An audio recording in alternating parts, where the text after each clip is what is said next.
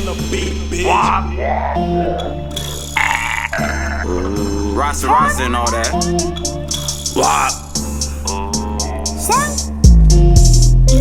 Rasta and all that. Slimy baby, wipe his nose. She is centerfold. I got principles. I'm still trying to go. Slimy baby, wipe his nose. She is centerfold. Alright, it's your girl, Big Queen. I am back with another Big Queen interview. Today we are going to be interviewing one of the artists that we feature on a lot of our content, Mr. Rasta, aka your favorite slime. Let's go. Double my bitch, double my cup. She never gon' leave. I should've bought a tux. Soon as I drop, they know that it's WAP. Show me a bro, I'm showing them love. I released this song May 21st. Oh really? It's coming out May 21st, and I didn't even plan that shit. But like today, I started getting all the memories of me like on Facebook promoting Grandma's Kitchen. So look what happened though. My line. No, that's your part. I was like. We're live on the Queen Network. Rasta, how are you? You know, chilling, vibing, Living the dream? You know. Go ahead and introduce yourself to the people. You know what the fuck going on? It's Big Walk, your favorite slime, Rasta, all that. You know what going on.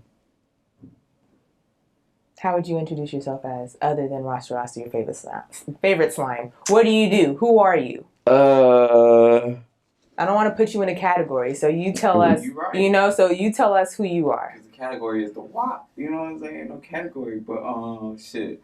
I'm a recording artist first, you feel me? But I'm also an entrepreneur. I'm also a business owner, you feel me? Also an innovator.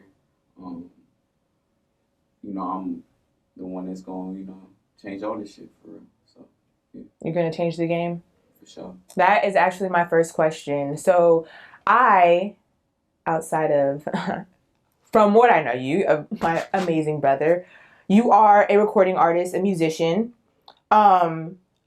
What is your goal for your music? What do you hope your music does for the people? See, that's like a multi-layered question, because I want to accomplish different things in different areas. Mm-hmm. You feel me? So business-wise, like my long-term goal, even though I don't really like sharing my goals, but my sister's something to tell you. But as far as on a business-wise, you know, I want to develop my own subscription-based platform for all my content. Right now, currently I'm running 5 different series off my Instagram, including my podcast. I have lined up about 12 to 15 different content series outside of the ones that I'm already producing.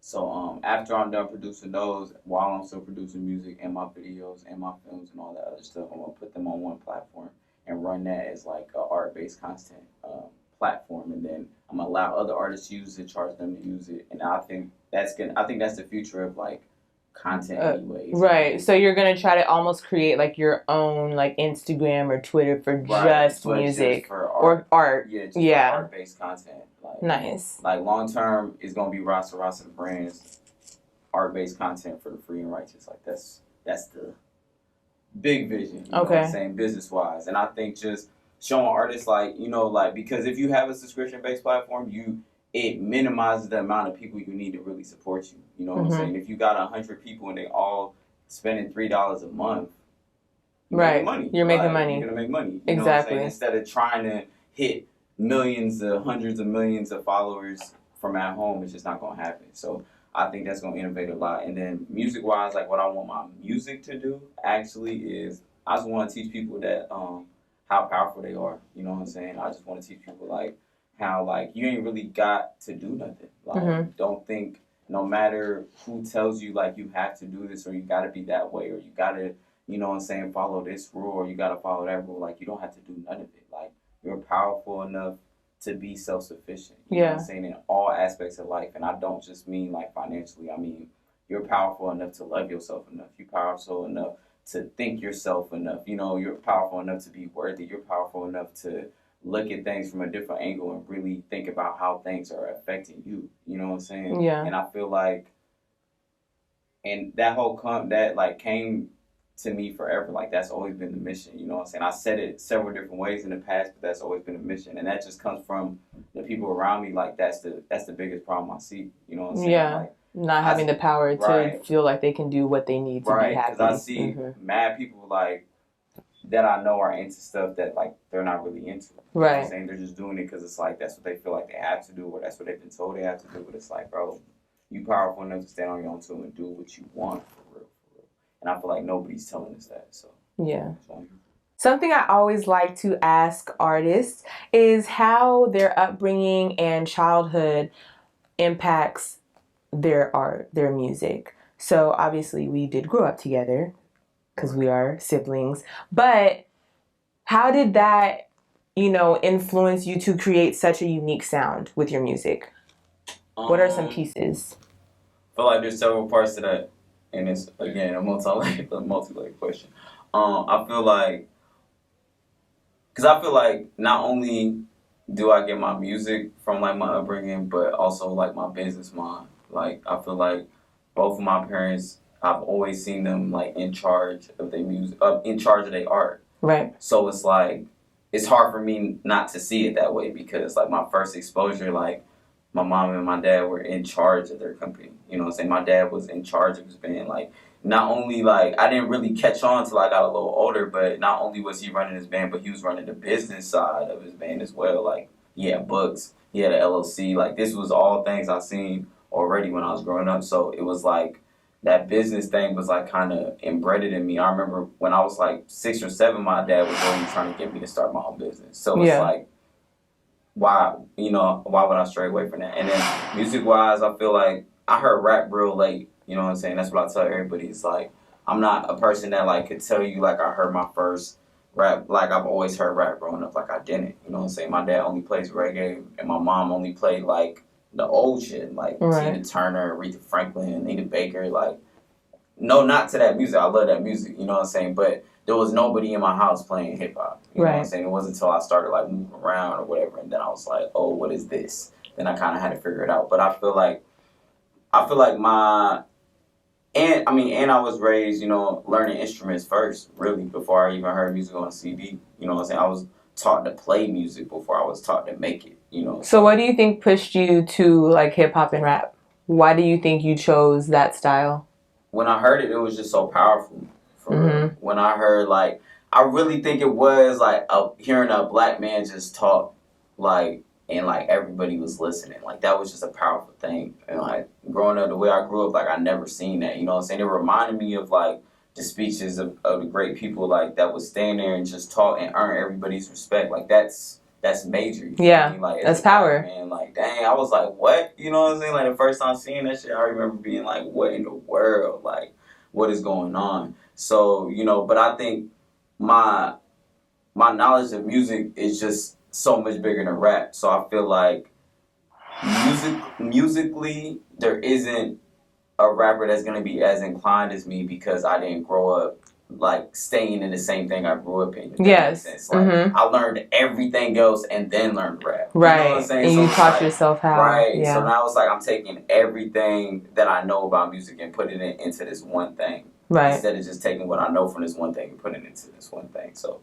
yeah, I mean, it's definitely the influences there. I hear it all the time. Yeah. Who would you say are some of your biggest musical influences? I already know Wayne. Yeah. Well, right? Wayne's my favorite rapper. Wayne's your favorite rapper, okay. Wayne's the reason why I started rapping, for sure. Okay. For sure. No, Tupac's the reason I started rapping, but Wayne was, when I, like, okay, Pac is what sparked my interest in rap, but when I started to rap, Wayne is, like, who I was like, holy shit. You know what I'm saying? Yes. Like, if I want to be a good rapper, I want to be better than, like, I want to be as good as this. Like, I want to know, what is your favorite song on Touche, and what are you most excited about? My favorite song on Touche is 2 songs. It's really every song, but it's 2 songs. The first song that I recorded for the project called 40. I think that song just is significant to me because that was, like, the starting of, like, when I got that beat. I remember the producer told me that he was like, I've had this beat for a long time and I didn't know who to give it to, and I couldn't find no one to rap on it, and I was like, ooh, sounds like a challenge, right? And I think as soon as I heard it I was playing it from my phone, I started rapping, right? And I think like maybe a day later, I heard a producer like, I got the song. And it's like the same, like while I was rapping it too, I seen his, like the gears in his mind just start going like this. And he was like, bro, we need to do a tape. And that was like the starting of it. You know what I'm saying? So I think that just holds significance to me. So like every time I hear it, I kind of just get like excited. Like, damn, this was a journey. This was the start. Yeah. And then my second favorite song is Fleece. Fleece because the melody in that song, like, I don't know what damn instrument is on it, but that shit sounds amazing. I just love the actual sound of it. So, yeah, those are my two favorites. I'm excited. What am I most excited for? Yes. Definitely performing, for sure. Yes. Because I think it's crazy. I didn't even time it like this, but, like, I feel like right when I started working on it, it's like when the world started shutting down.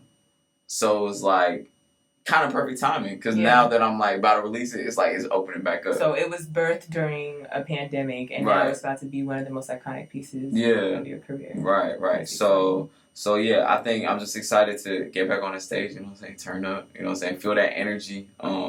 Yeah. Just give it back. Yeah. Well, thank you so much for making time for your lovely sister in this busy times. I love you. I'm so proud of you. Keep it up. You're inspiring so many people on so many levels, not only with your musical talent, but the business aspect as well. So, I love you.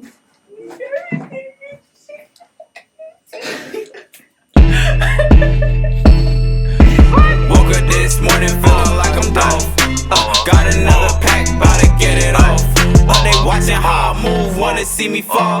But I always show love, so they call me WAP. Drop the top.